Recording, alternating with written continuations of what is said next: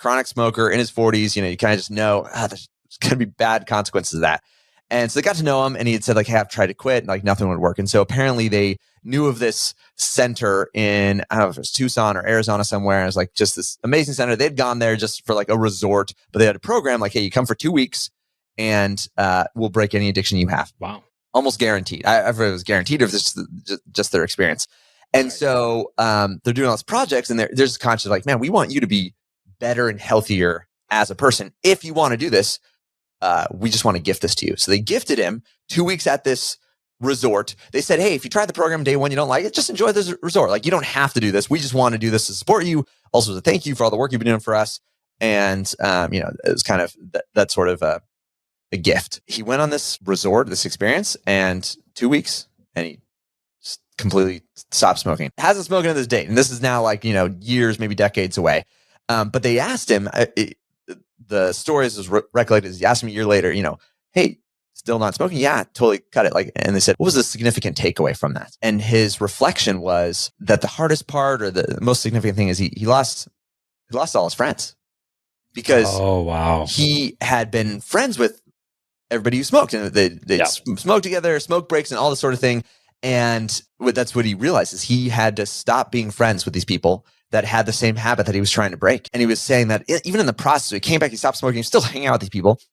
And initially, before he decided to maybe, be more intentional and break away from these relationships, he was saying that they were almost doing that to him. They felt judged by him no longer smoking.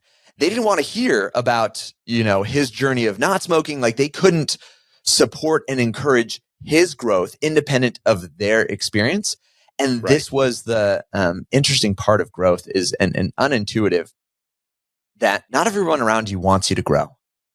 And I'd say that for businesses. Oh, big time. Not only, relationally, we experience this personal, but professionally, your customers don't actually want you to grow. Your team doesn't actually want you to grow.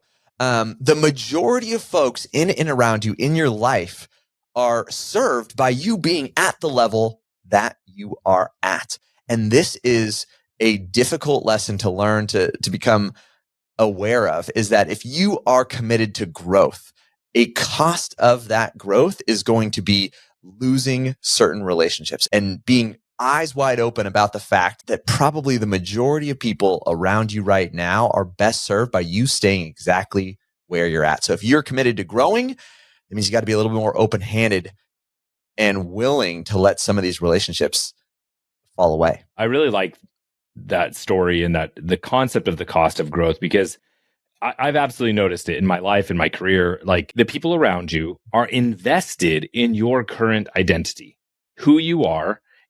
It brings them comfort, right? So if you change, there's multiple things that happen. If your identity changes, you're challenging their identity. So like, even if that person in that story wasn't being judgmental about quitting smoking, there is a perception of judgment that you don't think what my choices are good anymore.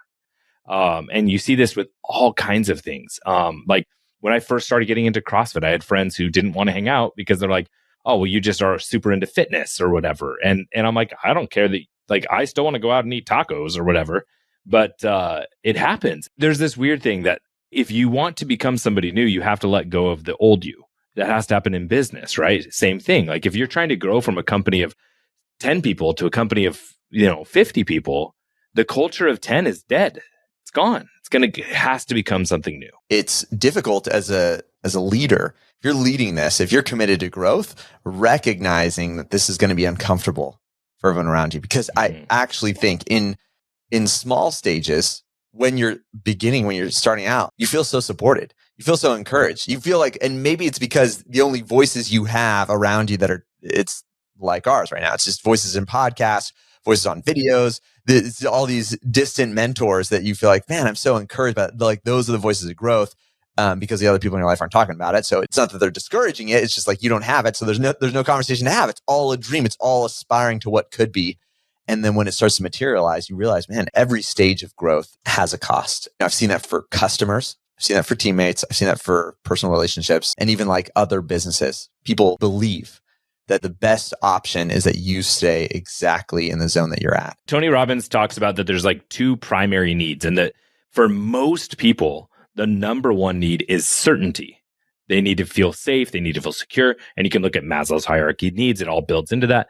Yeah. But the second one is variety. Now, for a lot of entrepreneurs, they're much more driven by variety than they are certainty.